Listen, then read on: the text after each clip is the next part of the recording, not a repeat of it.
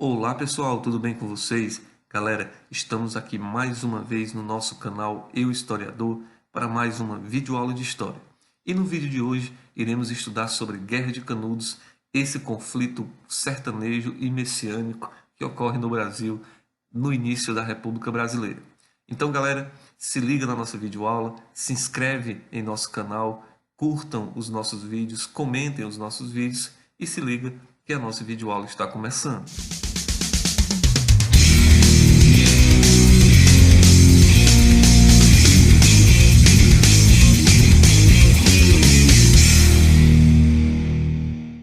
Então, pessoal, vamos iniciar nossa videoaula falando sobre a Guerra de Canudos. Vamos tentar compreender quais motivos, quais fatores contribuíram para que a população nordestina do interior do Nordeste se reunisse nessa comunidade de Canudos. Porque essa comunidade ela foi tão mal vista pela República Brasileira e como Antônio Conselheiro, o beato do interior nordestino, cearense de Quixeramobim, conseguiu mobilizar toda essa população sertaneja em torno de sua figura e montar uma das comunidades mais controversas do início da República Brasileira, num movimento que ficou conhecido como o movimento messiânico do beato Antônio Conselheiro no interior do Nordeste brasileiro. E para compreendermos isso, vamos buscar no contexto histórico, né, os motivos que fizeram com que os sertanejos nordestinos se reunissem em Canudos. Dessa forma, nós vamos buscar um pouquinho, né, na implantação da República Brasileira. A República Brasileira ela rompe com a monarquia e exerce, né, inicia em nosso país uma nova forma de governo. Essa nova forma de governo, porém, lá no seu princípio, trazendo uma nova cara para o Brasil, ela não consegue acabar com as desigualdades. Muito pelo contrário, né? Vai existir, no primeiro momento, uma certa resistência da população, tendo em vista que as desigualdades elas eram enormes. Nós sabemos que foi um momento também ali onde houve a questão da abolição da escravidão. A sociedade brasileira ela passava por profundas transformações, né? Tendo em vista que a sociedade brasileira era acostumada com a escravidão, era uma sociedade tipicamente escravocrata. E essa república ela nasce com uma série de contestações. Muitas pessoas que estavam acostumadas com o modelo da monarquia não aceitavam essa mudança de governo e o Marechal Deodoro da Fonseca, o primeiro presidente do Brasil, ele vai sofrer com algumas inquietações, com alguns movimentos de resistência à implantação da República, isso também devido aos vários contextos que vão existir ali, aos vários probleminhas que a República traz consigo, como principalmente a questão das desigualdades sociais e a formação das oligarquias, onde o poder vai estar estabelecido em comunidades locais, poderes estaduais, poderes municipais. Algumas pessoas chamadas de coronéis, inclusive, eles vão exercer esse poder em detrimento do restante da população. Mas o que mais pega nesse momento, viu, galera, vai ser a questão da desigualdade social, poucas pessoas ricas no Brasil e uma quantidade de pessoas absurda passando necessidade. Isso tudo vai motivar vários movimentos, inclusive movimentos messiânicos como o do Antônio Conselheiro, como o movimento de Canudos, que nós iremos estudar agora nesse momento.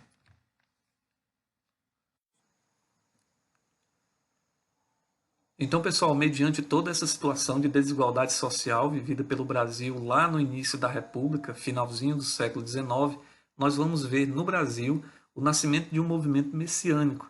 Esse movimento que era marcado pela figura de um beato, um líder religioso que concentrava várias pessoas em seu entorno. Esse líder religioso geralmente fazia críticas à República nascente e fazia suas pregações religiosas, fazendo com que uma grande quantidade de pessoas se juntassem ao seu redor. O principal líder desse movimento no interior nordestino foi Antônio Vicente Mendes Maciel, que ficou conhecido como Antônio Conselheiro.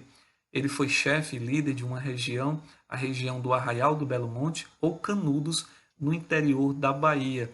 Essa localidade ela ficou conhecida por ser um ponto de fuga, onde os sertanejos, fugindo da fome, né, e também fugindo das secas e dos altos impostos cobrados pelo governo federal, acabavam se estabelecendo nessa região ali tendo em vista que havia uma certa segurança ao redor de Antônio Conselheiro.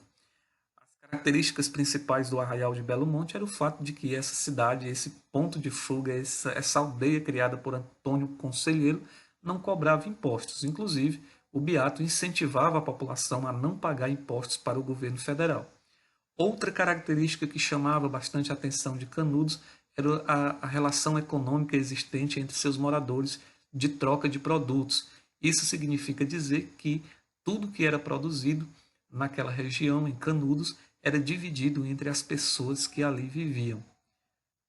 Obviamente, todas essas características, além do discurso forte e cheio de ideologias falado e exposto pelo beato Antônio Conselheiro, geraram ameaças para a República Brasileira que estava se estabelecendo.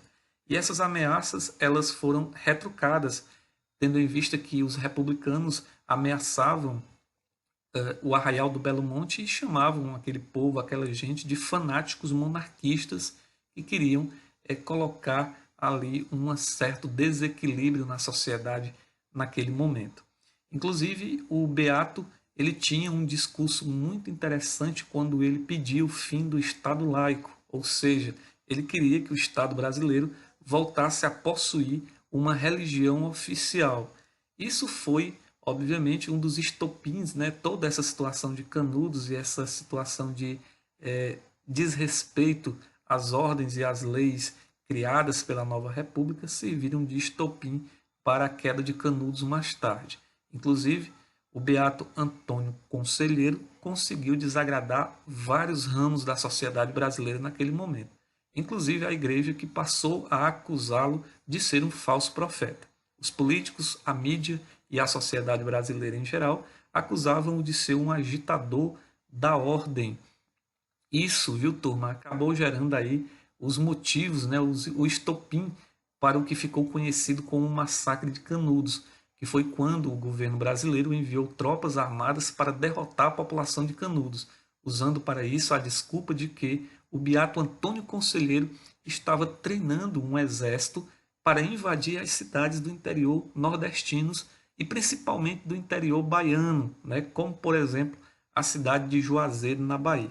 Então, turma, essas características de Canudos, esse discurso cheio de força e ideologia de seu beato, acabaram gerando certas rusgas na República Brasileira e os republicanos acabaram invadindo, né, junto com as tropas, suas tropas armadas, acabaram invadindo o Arraial do Belo Monte e destruindo toda aquela sociedade de Canudos.